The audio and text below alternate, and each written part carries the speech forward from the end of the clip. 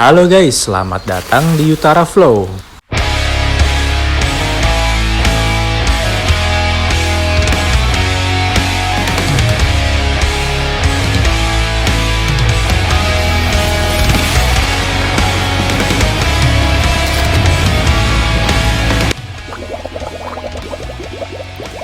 Halo guys, gimana kabarnya? Semoga baik-baik aja ya.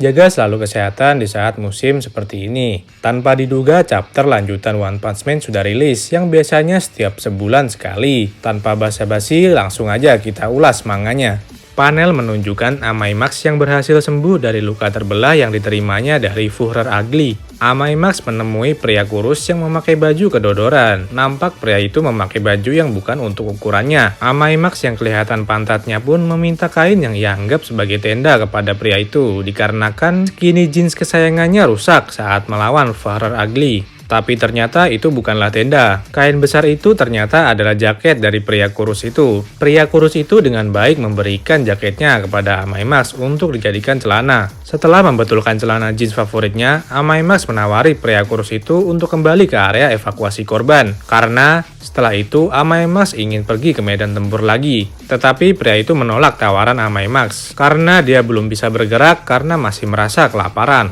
Lalu dengan lahapnya, pria itu memakan mayat eksekutif monster. Monster itu ternyata Sigam yang terbelah dua oleh Führer Ugly. Terungkap ternyata pria kurus itu adalah pahlawan kelas S, yaitu Big God, yang sedang dalam mode kurus. Kembali ke pertarungan Garou melawan Sage Centipede. Sel inti yang Garou lempar ternyata terbang jauh ke atas langit. Mereka berdua masih berlomba mengambil sel inti Sage Centipede. Namun Sage Centipede ternyata masih lebih cepat dari Garou. Sage Centipede dengan antenanya berhasil menangkap sel intinya. Tetapi Garou yang masih tidak mau kalah mengejar sel inti itu dengan berlari di punggung cangkang Sage Centipede. Setelah sampai ke kepala Sage Centipede, Garou dengan segera melompat ke sel inti yang dicengkeram antena Sage Centipede. Dengan penuh amarah, Garou menghancurkan sel inti itu hanya dengan menjadikannya tumpuan loncatan. Seketika sel inti itu hancur berkeping-keping. Garou pun masih melanjutkan lompatannya menuju ke muka Sage Centipede. Garou melancarkan serangan dengan kuda-kuda tangan membelah. Sembari melompat, Garou mengingat kenangannya semasa di dojo kakek Fang dulu.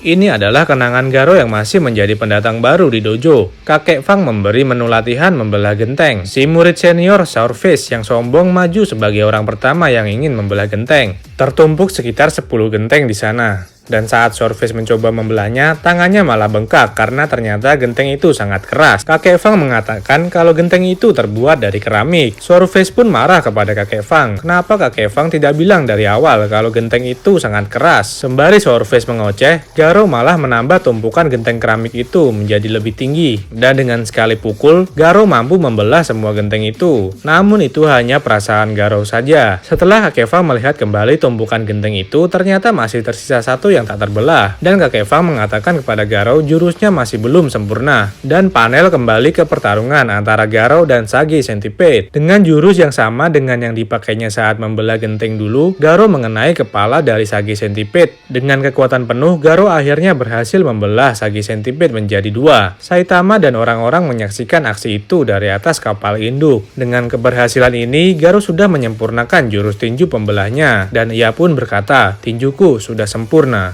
Oke teman-teman, sampai sini saja lanjutan chapter One Punch Man. Dengan kualitas gambar di manganya memang membutuhkan waktu yang lama untuk update lagi. Jadi kalian para penikmat One Punch Man harus sabar-sabar. Oke guys, kalau gua ada salah kata-kata mohon dimaafkan. And see you guys, bye.